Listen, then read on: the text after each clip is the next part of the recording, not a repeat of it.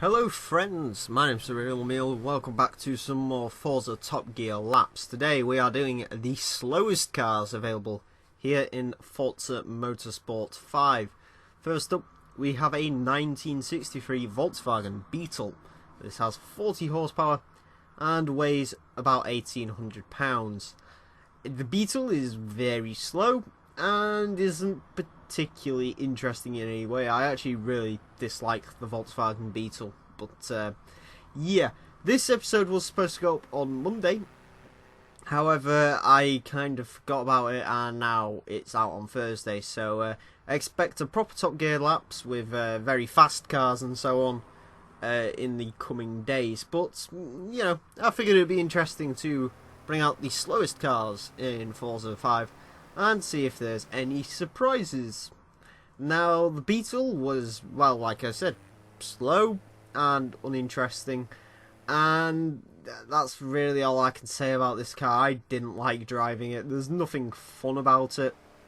There is some hints of understeer, mostly due to the roly-poly suspension, but I mean, with the cars sort of at the speed they're at, so like this Volkswagen Beetle, which has like 40 horsepower, if these cars did have any problems, understeer, oversteer, etc, etc, it's kind of hard to sort of find that in them, because you can't really go fast enough in a Beetle to trigger oversteer or understeer. I can imagine if you put loads of power in this car, because it's rear engined, rear drive, it would sort of just fly all over the place and be a drift monster, but as it is, the Beetle's kind of undramatic, but yeah, not a very nice car. I did get a decent launch time.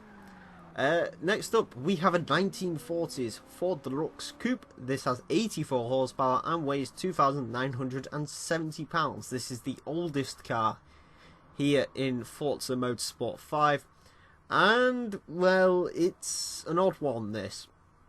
It does have more straight line speed than the Beetle. However, that does come at a cost. The driving position in this car, and that's a weird complaint, I know, but the driving position in this car is so odd. It feels almost truck-like. You feel very, very high up in this car, and that really, it was an odd thing to get used to, because it kind of made driving this car a little bit worse. And sort of, you can't quite see turns and stuff as much as you could do in a low-down Ferrari, let's say. But, I mean, it's got an engine, so technically it's kind of like a Ferrari. No real issues with the Deluxe other than that. It was similar to the Beetle, just with more speed. That's the way I'd describe the Ford Deluxe Coupe. I can never really make my mind up on this car, whether I sort of like it being in Forza because it's old and funny, or whether I dislike it being in Forza because it's old and it's slow.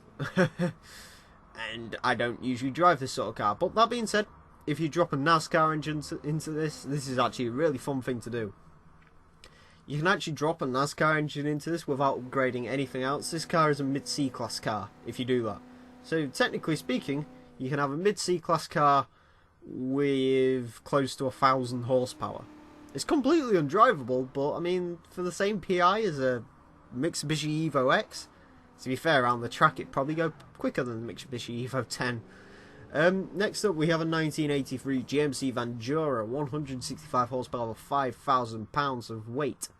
This is probably the coolest car here today. And one that I would actually consider spending money on in real life, because the GMC Vandura is a very, very cool van.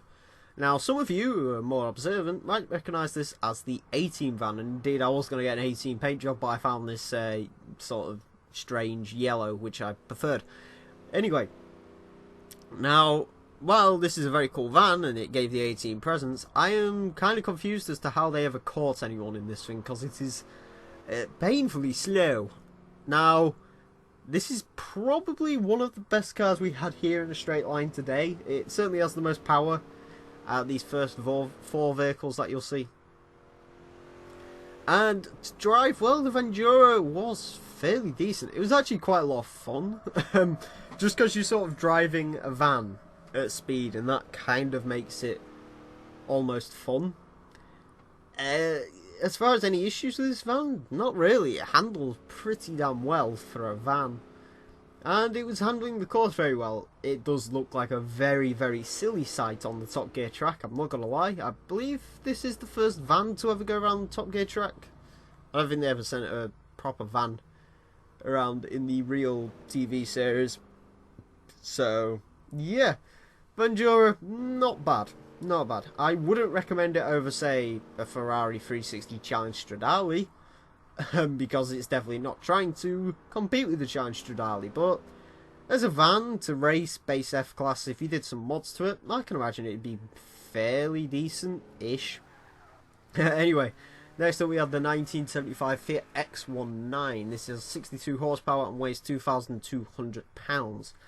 Now, the little Fiat X1 is a car I actually don't mind. I think I'm the only person in the world who actually likes this car. Because I get the overwhelming sense not a lot of people do. But I shall tell you one thing. Go give this car a little bit of a try. I wouldn't recommend driving it around here. Drive it around the Catalina school course, I believe, or school circuit, something like that. I will say, this car's a hoot. As in, like, F-class cars. Oh, sorry, no, these are D-class cars in this game, aren't they? I've been playing too much Forza 4. As far as D-class cars go, the Fiat's very, very fun to drive. In fact, the only one I can actually think in D-Class which is more fun than this car to drive is actually the Volkswagen Rabbit GTI, the Mark 1 Golf. This car's a hoot. And, yeah, I actually kind of enjoyed driving around here. Now, it's not fast, and it's not actually fast around the corners either. As you'll see, you can have oversteer in this car. That's what makes it so fun. The Rabbit GTI is just fun for some inexplainable reason. This car's actually fun because you can get that back end slide in it. I'm not gonna lie. I did only 3 laps in these cars. I usually do 6 for sort of to get the fastest lap time. With these I only did 3 because they were slow. However, I do have to admit, after using this car for 3 laps, I did one more lap where I basically just had a bunch of fun with it, pulling the handbrake on it and all sorts, getting that back end out. It's fun. This car really is just fun. That was scary. I'm not going to lie, that was scary. That's also probably the most speed that got taken through that corner all day. And there you go. Yeah, the little Fiat was an absolute blast to drive. And yeah, a lot better than I expected. Finally, we have the 2006 Hummer H1 Alpha. We have 300 horsepower and 8,000 pounds of weight. This thing is extremely heavy. I believe that's about 4 tons. Yeah, this car is very, very heavy, very, very large, and is the quickest car we had here today. It doesn't sound right saying that about a Hummer, that it was the quickest car here, but I mean, out of these lot, it was. I do have to admit, this car is about 100 PI over what the Fiat is. The first 4 vehicles you saw, I believe they're the slowest within the game, and then I believe it's the Toyota Celica Mini Cooper S. There's something else, and then it's this as far as slowest vehicles in the game goes. So this isn't exactly the slowest, but I just wanted to see what the Hummer would do around the Top Gear track. It's very funny to watch this thing bumble its way around. But there was some understeer from this car. It's kind of obvious that there would be, because this thing is ludicrously heavy and it doesn't really have enough power, as in I would like at least another, I don't know, 200, 300 horsepower in this thing. But it wasn't horrendous. I mean, it could have been a lot worse than it was. I can imagine if you tried to drive this car around this track in real life, it would be much worse than it is. But yeah, Hummer H1, it wasn't horrendous, but again, it was another one of them cars that just weren't particularly interesting to drive around here either. It didn't do anything particularly out of the norm, and it takes that bump with I'm not going to show what I was going to say, but it took that bump very well. Anyway, of course, these cars are all at the bottom of the board, finally knocking the Honda Civic Type R from last place, thank God. In 24th, we have the Hummer H1 Alpha with a 147.197. In 25th, we have the GMC Vandura in 150.465. 26th, Fiat X1 151.997. It did surprise me that the Vandura is actually 1.5 seconds quicker than the X19, but at the same time, the X19 is perhaps a little slidey. And 154.256 for the Ford De Luxe Coupe. And in last place, for all eternity, is the Volkswagen Beetle with a 159.41, which basically proves there'll never be a lap slower than 2 minutes around this track, which is actually quite embarrassing when you think Top Gear celebrities went slower than that Volkswagen Beetle in the various cars Top Gear had. Anyway, next week we'll be using some faster cars. I'm torn between Ultimate Track Monsters and some American cars, so tell me what you want to see in the comment section below if you wish. And until next time, farewell.